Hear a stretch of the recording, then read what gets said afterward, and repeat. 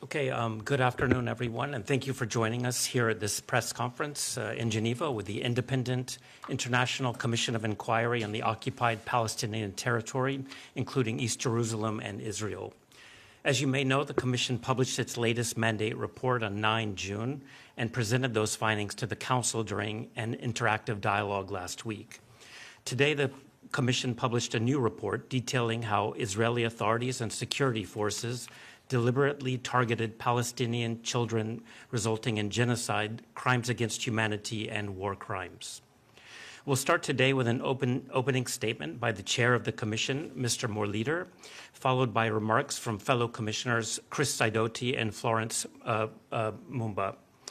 And then we will open the floor to your questions. And now we can begin with the chair. Please go ahead. Thank you, Todd. Good afternoon, everyone. I would like to start the press conference by announcing that today the Commission has released a 100-page report documenting violations and crimes committed by Israel against Palestinian children in the occupied Palestinian territory since 7th October 2023 until 31st March 2026. We just briefed member states this morning on the report's findings. The Commission's comprehensive report is unique, being the first specialized report on crimes and violations against Palestinian children in Palestine by a UN investigative body. The report draws partially on earlier findings of the Commission as published in previous reports while incorporating newly collected evidence and investigated cases. The Commission found indisputable evidence with regards to the deliberate, targeted killing of Palestinian children, including since the October 2025 ceasefire, the use of torture, inhumane and degrading treatment, including use of sexual and gender-based violence against Palestinian children, as well as targeting of critical infrastructure essential to children such as orphanages, healthcare, and educational facilities. There has been a widespread and systematic killing and harming of children between 7th October 2023 and 7th October 2025. We have witnessed more than 20,000 children who've been killed and more than 44,000 children who've been injured. Children constitute 30% of all those killed in OPT, and the killing and injuring of children has been a continuing activity. Children are being killed mainly in two ways. One, through airstrikes using high-yield explosives with wide area effects. And second, using quadcopters, drones, and sniper rifles that specifically target and kill children to their head and upper body. There is also a severe orphan crisis with an estimated 58,554 children who lost one or both parents between 7th October 2023 and 7th October 2025. There has been a systematic disruption by Israel of the children's ability to learn, thereby sabotaging the intellectual and social foundations of the Palestinian society. The Commission's findings are that Israel targets children to weaken demographic vitality and deny the Palestinian people's right to self-determination. 97% of all schools have been destroyed. 95% of the universities have been affected in Gaza. 22 out of the 38 universities have been completely destroyed. We have found the use of starvation and imposition of conditions of life obstructing children's survival. As of 1st October 2025, there have been 151 children's deaths on account of malnutrition. We've also found that between October and December 2023, there have been at least more than 1,000 instances of children undergoing amputation of one or more limbs. Based on all the evidence gathered, the report makes legal findings and concludes that the Israeli authorities and the Israeli security forces have deliberately targeted and killed Palestinian children and destroyed their childhood. Israeli authorities and the Israeli security forces are responsible for crimes against humanity, including persecution and war crimes in the Gaza Strip and war crimes in the West Bank, including East Jerusalem. The report released today further substantiates our finding on genocide. The protection, care, and survival of Palestinian children and pregnant women are inextricably linked to the Palestinian people's fundamental right to self-determination, as children represent the future bearers of their collective identity and resilience. By targeting children, Israel is eroding the foundational structure of Palestinian society, weakening the democratic vitality and overall capacity of the Palestinian people to sustain and exercise its right to determine its future as a people. Our report concludes that the settler violence in the West Bank functions as a means of implementing Israeli state policies, with both the state and violent settler groups working in collaboration towards the same strategic objective: unlawful territorial expansion. It also concludes that Hamas has repeatedly committed grave abuses against Palestinians in Gaza, using the cover of Israeli military offensives and the broader collapse of law and order to carry out campaigns of repression, torture, and unlawful killings of Palestinians. This was stated by us in our report, which we presented to the Human Rights Council on 15th June 2026. The report by the Board of Peace to the Security Council in May this year, pursuant to the Security Council Resolution 2803, claims that the conditions for Palestinians in Gaza have improved. This contradicts the findings of this commission. The Israeli Prime Minister has been clear. Israel aims to seize at least 70% of the Gaza Strip in clear violation of the ceasefire agreement and international law. The reality is that Palestinians continue to be killed and harmed in Gaza, even after the ceasefire was announced in October last year. And the amount of humanitarian aid allowed into Gaza remains very much below the necessary levels needed. Lastly, the Commission condemns the severe mistreatment of the flotilla activists detained by the Israeli forces. Such public disregard of international law would support the findings of the Commission in previous reports that Palestinian detainees were severely mistreated, including tortured, raped, and sexually abused by Israeli forces. The Commission welcomes the opening of the judicial investigations in a number of countries about these events. We are grateful for the support expressed by many member states to the Commission's mandate and work, including during last week's Human Rights Council interactive dialogue. In this report, we made a series of recommendations to the State of Israel and to the member states as well as the Security Council, which we hope that the member states will act upon and the other bodies to whom we have addressed them will act upon. We intend to continue pursuing the fulfillment of our mandate, including in relation to making recommendations, in particular on accountability measures, with a view to preventing and ending impunity and ensuring accountability, including state responsibility and individual, criminal, and command responsibility. I now invite my co-commissioners to make their comments. Thank you, Chair. I would also like to underscore the importance of the report on violations against and affecting Palestinian children that we have issued today, which warrants close attention. This report, which the Commission worked on for almost 2 years, is based on multiple interviews and group discussions with victims and witnesses, including children themselves. We have conducted medical tests, military and digital forensic analysis, and consulted independent forensic pathologists, among other sources. The Commission found that the continued pattern of conduct by the Israeli security forces over 2 years in Gaza is intended to destroy the biological continuity and future existence of the Palestinian group, of which Palestinian children are a part of. The Commission has found that the deliberate targeting of children is one of the key elements establishing specific intent of the Israeli authorities and security forces to destroy the Palestinian group as such, in whole or in part, in Gaza. Israel's use of reproductive violence in Gaza has directly and disproportionately harmed newborn survival as well as Palestinians' reproductive future.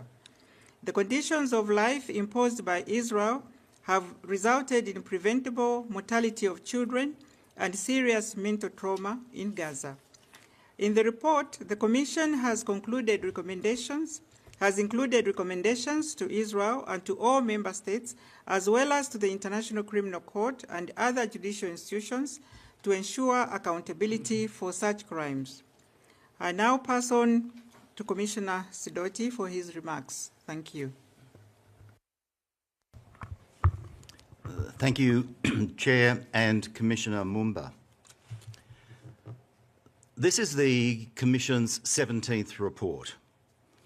Some of our reports deal with time-specific events, so the events on 7-8 October 2023 in southern Israel, the events in Gaza from then till the end of 2023.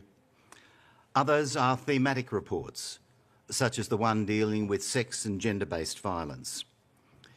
This report is a thematic report dealing with the situation of children.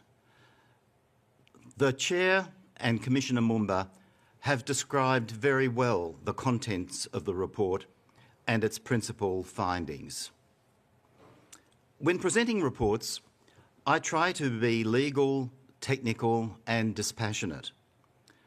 But today I want to speak very personally. For me, this report has been the most difficult of the 17 reports that the Commission has produced. Some events stay with me long after a report is investigated, written and released. And the events that stay with me are the events concerning children. The report we released in June 2024, dealing with the events in southern Israel on 7-8 October 2023, contained accounts of very grave atrocities. But there is one that remains with me still, years later. 5 teenagers, a girl and 4 boys, all aged 16 or 17, went early that Saturday morning to Zikkim Beach. Presumably they were having an early morning at the beach, going there maybe to swim, at least enjoying themselves, when a Hamas boat arrived at the beach and gunfire commenced. The 5 teenagers fled to a toilet block seeking safety there. They were joined by an adult fisherman and also by an Israeli soldier who sought to defend them. Unsuccessfully. The soldier was killed, the fisherman was killed, and all 5 children, a girl, 4 boys, were killed. They were 5 of the almost 40 Israeli children killed that day. The report we released today is looking at the Israeli military's killings and injuring and damaging the lives of Palestinian children. The Chair has referred to the fact that there were over 20,000 Palestinian children in Gaza killed between October 2023 and October 2025. 20,000 or more, maybe 22,000, directly killed by the violence. The child whose death struck me most personally was not killed directly by the violence, was not included amongst those 20 to 22,000 accredited deaths. Those deaths were all of children whose bodies were identified and who were injured by bullets or shrapnel or bombings. The girl I'm talking about, aged 12, had celiac disease. Celiac disease is a manageable disease. Children do not die with celiac disease. When her situation came to public attention, it was dismissed by the Israeli authorities on the basis that this girl had a pre-existing condition. The evidence was there. We saw the photos and the videos of this child. She suffered seriously from malnutrition, diarrhoea. She lost a third of her body weight over a 6-month period. From March to May 2025, the Israeli authorities imposed a total siege on Gaza. No food was getting in during that period, and certainly not the food required by a child with celiac disease. That's when her weight loss began. In October 2025, suffering from severe acute malnutrition, she was admitted to the Nasser Medical Centre. The doctors applied for her to be medically evacuated from Gaza so that she could receive the level of treatment needed to save her life. The Israeli authorities did not reply. In October 2025, the child died. She didn't die of celiac disease. Children don't die of celiac disease. She died of starvation, the direct result of the policies implemented by the Israeli government and the Israeli military. Oh, and I should add, 2 weeks after she died, the Israeli authorities approved her medical evacuation. The child whose death struck me most on the West Bank was in a different situation. He was directly killed. He was in the refugee camp of Al-Farah in the town of Tubas, a 14-year-old boy. He was shot by an Israeli military patrol as he was leaving his house. The patrol had been in the area, but at the time there had been no fighting taking place. He was shot, badly injured, and was lying on the ground. He was surrounded by a company of Israeli soldiers who were chatting and probably some of them smoking over a period of 45 minutes while this 14-year-old boy bled to death. Early in the period, he was able to move a little. He pushed his cap out to indicate that he was still alive and needed attention. A soldier kicked the cap back at him. On another occasion, he was crying out, and again the response was kicking towards him.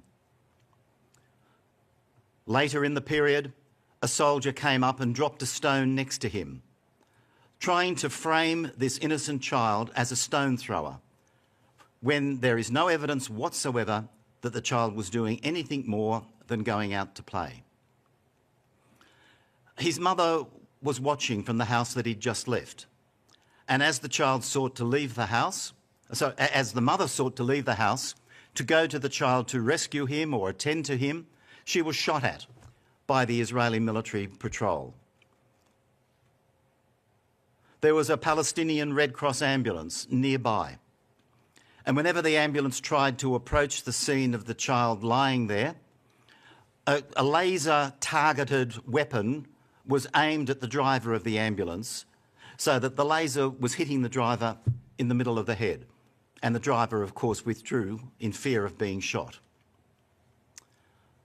For 45 minutes, this child bled to death while surrounded by Israeli soldiers who not only showed no concern for him whatsoever, not only did nothing themselves to assist the child, but actively prevented the child's mother from reaching him and the ambulance from assisting him. After the child died, the soldiers took his body away, and the body has still not been returned to the family for burial.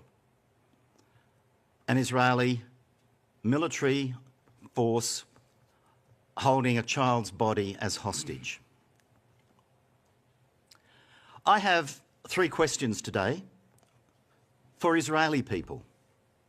Through this press conference, I want to speak to them directly. What kind of people are your soldiers who would allow a 14-year-old child to bleed to death over a 45-minute period? What kind of people are your military leaders that would inculcate a culture that soldiers feel free to do this, acting with total impunity? What kind of people are your leaders when they give orders, they make statements that encourage this kind of conduct, not merely permit it, but encourage it? I saw a couple of weeks ago that Israeli President Herzog made a statement about some extremist Israeli settlers. He described, and I quote the report of what he said directly, a wave of terrible violence that is being carried out by an anarchist mob, acts that defile and violate every basic moral, legal and Jewish norm. Herzog was speaking about a handful of extremist settlers, and he was right in the way in which he described them. But he should have gone on to describe the key institutions of Israeli society, the government, the Knesset, the political parties and the military, in exactly the same terms. An anarchist mob committing acts that defile and violate every basic moral, legal and Jewish norm. I'm a lawyer, so I can only speak legally. There is no doubt whatsoever, there can be no doubt in anyone who reads today's report, that every international legal norm has been violated by the actions of the Israeli authorities towards Palestinian children. And they need to be held accountable.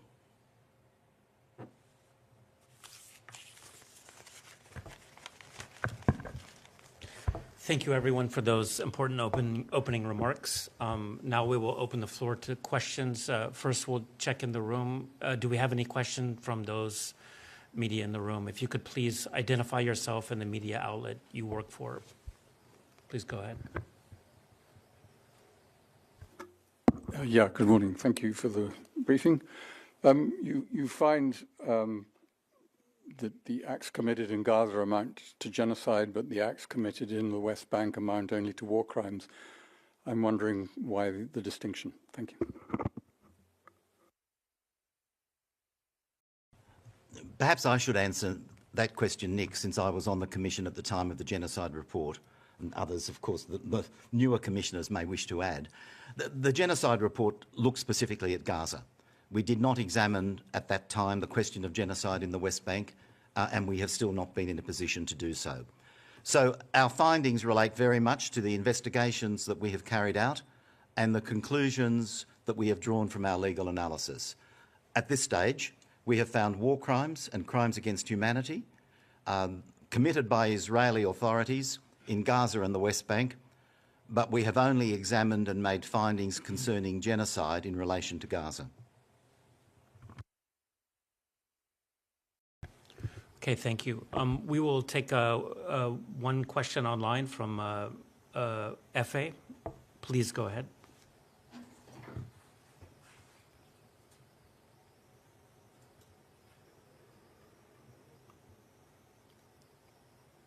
Antonio, are you there?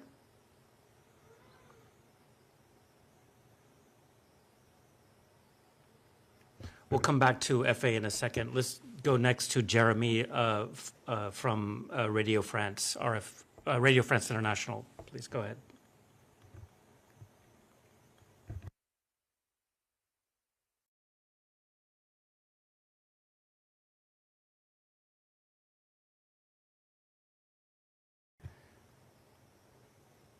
We may have some audio difficulty. I will read a question that we received in the chat from Nir Hassan from Haaretz.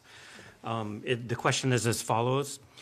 The Israeli Ministry of Foreign Affairs published a response to the report which includes, among other things, claims of distinct bias of the committee members against Israel, a lack of medical, military, and ballistic experience to conduct an investigation, and reliance on unidentified and unverified testimonies, and reliance on data from Hamas.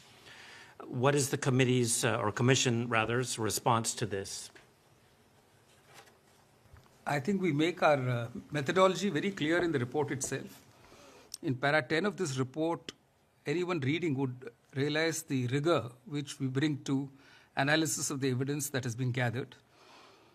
The Commission received evidence such as medical reports, including X-radiation, X-rays, photographs, video and audio statements of patients who had given their consent to share this information with the Commission.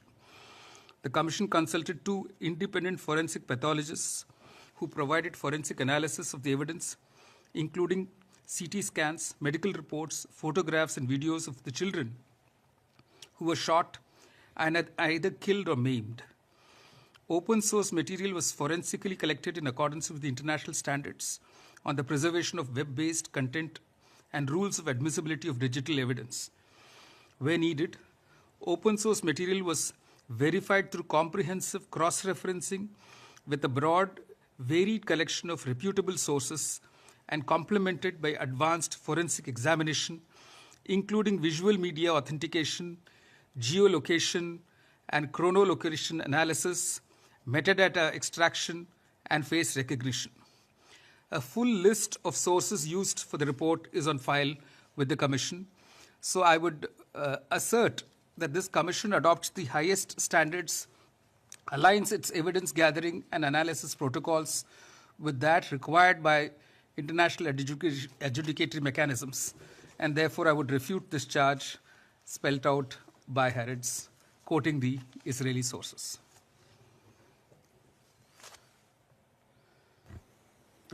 Okay, let's try and see if the audio is working again. We'll go again to FA. Antonio, could you please try to pose your question?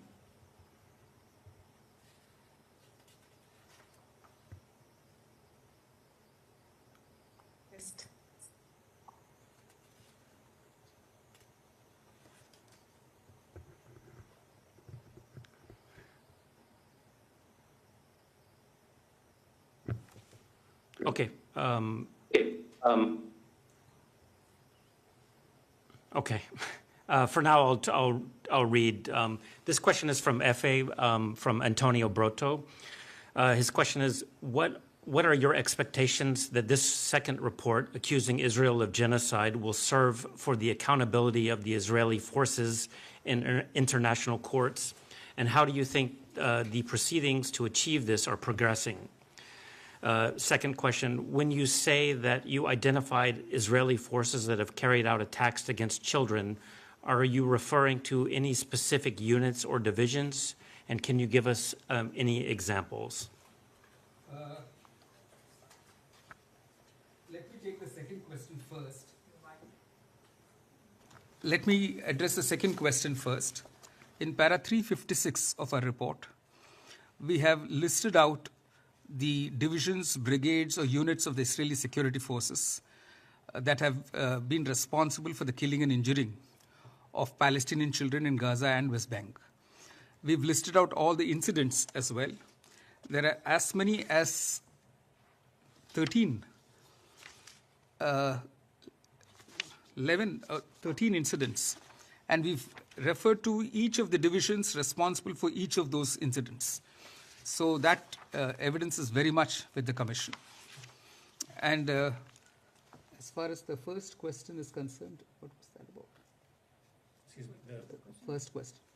What are your expectations of this second report? Yes. Israel genocide? So we've made recommendations to member states because they can exercise in their domestic courts universal jurisdiction if they are parties to these conventions, which many of the countries are. We have asked that they should arrest any Israeli official against whom an arrest warrant has been issued by the ICC and extradite them into the custody of the ICC. We've requested them to employ all means reasonably available to prevent the commission of genocide, war crimes, and crimes against humanity, and ensure full compliance with the Geneva Conventions in the OPT. We've requested member states to cease the transfer of arms and other equipments or items to the State of Israel or third states where they could or would be used to violate international law. And we've asked them to conduct investigations under domestic or universal jurisdiction of Israeli individuals or organizations suspected of having participated in the unlawful acts of violence against Palestinian children. There are also dual citizens. Many of the citizens of these countries are serving on the Israeli defense forces, and when they return home, of course, action can be taken against them if the investigations into their actions show their involvement in any of the incidents that this commission has talked about in its report. So there is a variety of options available with the member states. I think this report will help them exercise those options and carry the mandate of this commission forward for ensuring justice to all victims, victims who could be Israeli nationals, victims who could be Palestinians, and others. Could I just make one specific addition?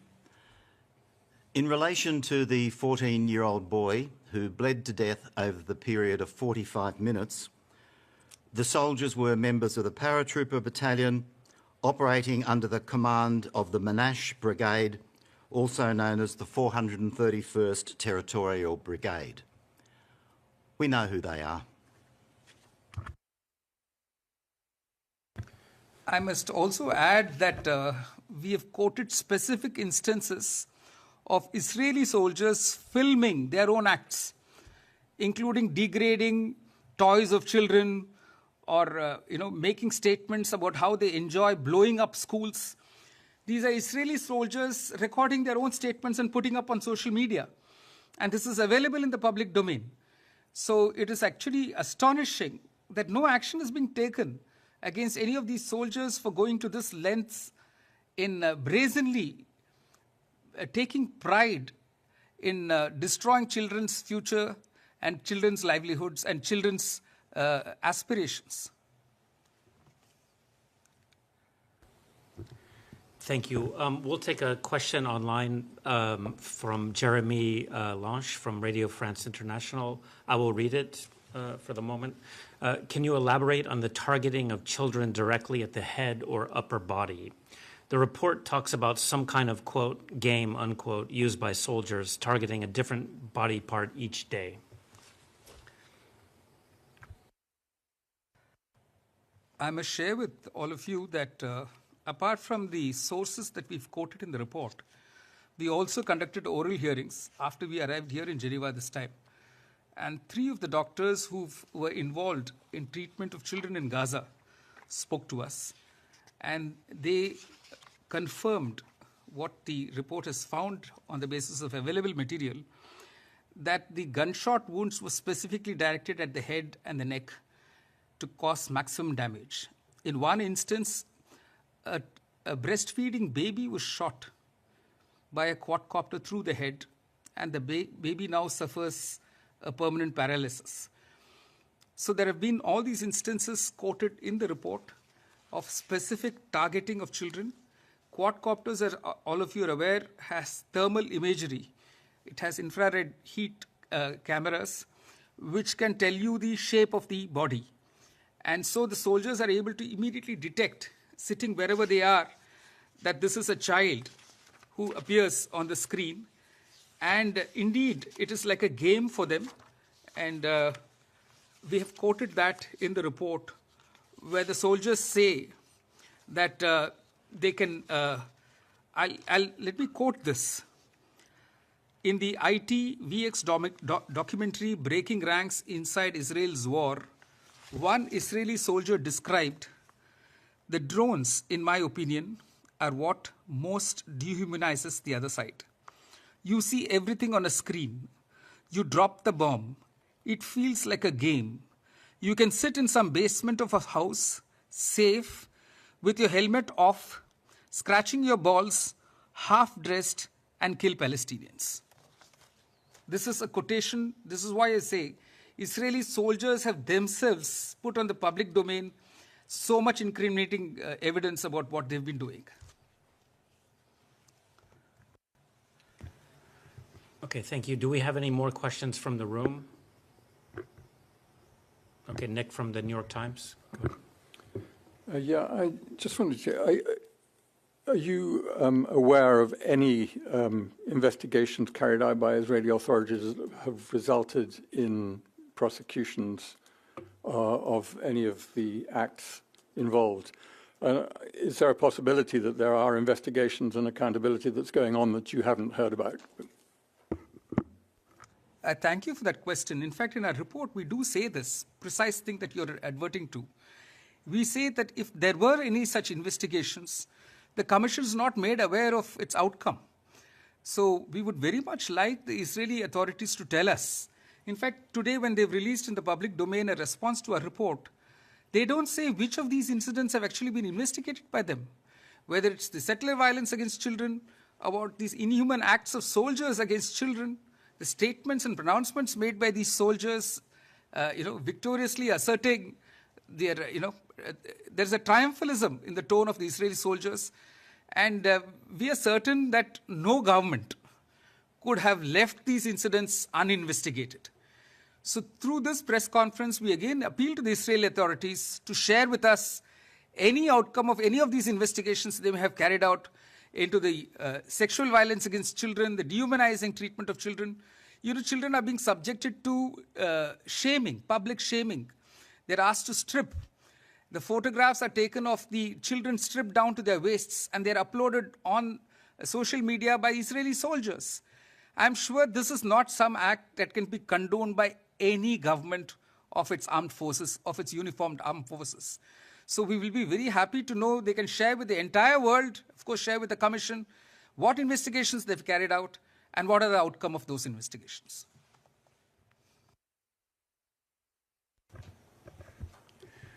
Okay, thank you. Any follow-up? Yes, I do, sorry. Sure.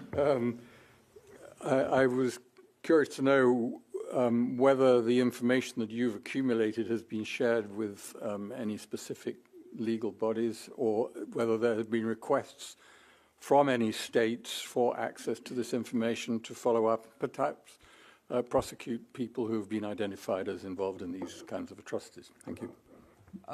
I know for a fact that previously there have been requests made of the Commission, and the Commission has shared information with countries.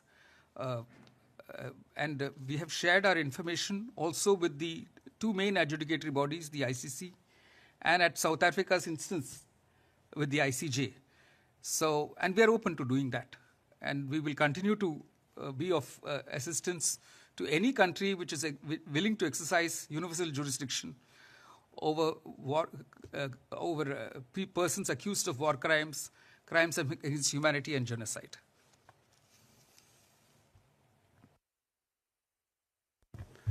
Okay, thank you.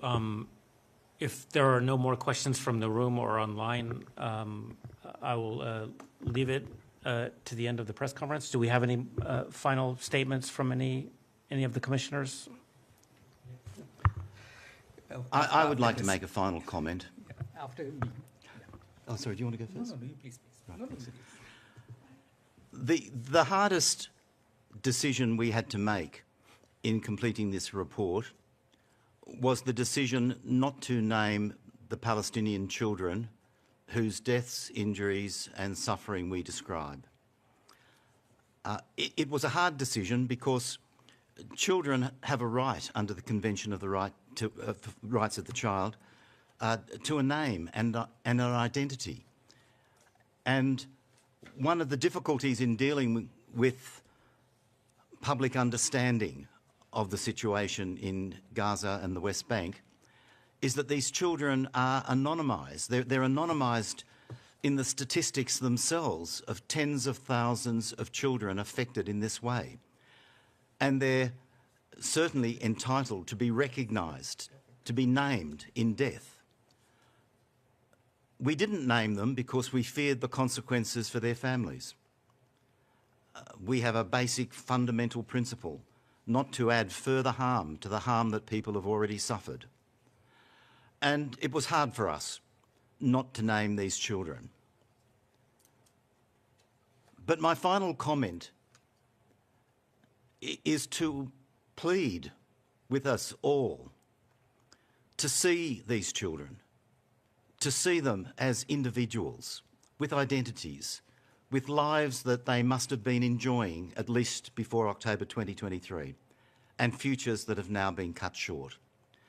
And to see in these children our own children and grandchildren, because this is a universal issue. This is not merely a Palestinian issue. It's an issue that should affect us all. Yeah, in my concluding remarks, I would like to say that once you read this report concerning what is happening to the Palestinian children, you will observe that there is a concerted effort to squeeze these Palestinian children, not giving them any outlet at all to play, to go to school, to get medical attention, even to be with their own families, like you would expect every child to want to be. So you can see this suffocation which is going on from all angles by the Israeli authorities, and one can see that it is clear that the intention is to eliminate this group, as the Palestinians as a group, which is a conclusion which is so frightening today.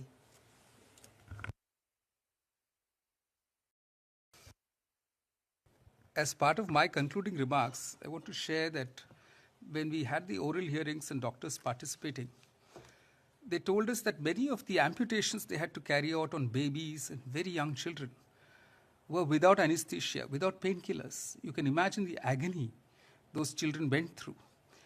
They also told us they've not seen the destruction of pediatric and neonatal facilities on this scale. Out of the 6 hospitals, 5 were completely destroyed by the Israeli Defense Forces. This is something the doctors were unable to even fathom, why this was happening. When we went into the causes, one of the things that struck us, and which we've quoted in our report, is the general thinking of the far-right politicians in Israel, one of whom we've quoted in para 81 of our report. And this is a statement he makes in an interview with Israel's Channel 14 in May 2025, where he says, every child, every baby in Gaza is an enemy. The enemy is not Hamas, and it is not Hamas's military wing. Every child in Gaza is the enemy. We need to conquer Gaza and colonize it and not leave a single Gazan child there. There is no other victory.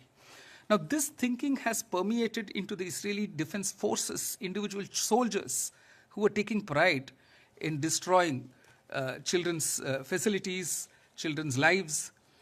And this is to be contrasted, and this is how I'd like to end this press conference. This has to be contrasted with a statement made by a 13-and-a-half-year-old boy whose mother was killed and 2 sisters were killed in an airstrike. And when one of our commissioners and investigators met him, and this is what he has said. Before my mother was killed, she told me, I need you to be a good person in the society, like a doctor or engineer, and do good for others. And this is what he says. Despite everything that happened to my family, I will do anything that is good for the society. And this is from a Palestinian boy who has to tell the whole world and remind them that we should not allow the humanity in each of us to get killed, despite what the Israeli Defense Forces might want to do. And this is the humanity in each one of us that this commission will appeal to, because the time to act is now. Thank you, Chairman Moore-Leader. Thank you, commissioners, and thank you all for joining us today. That brings us to the end of this press conference. Thank you.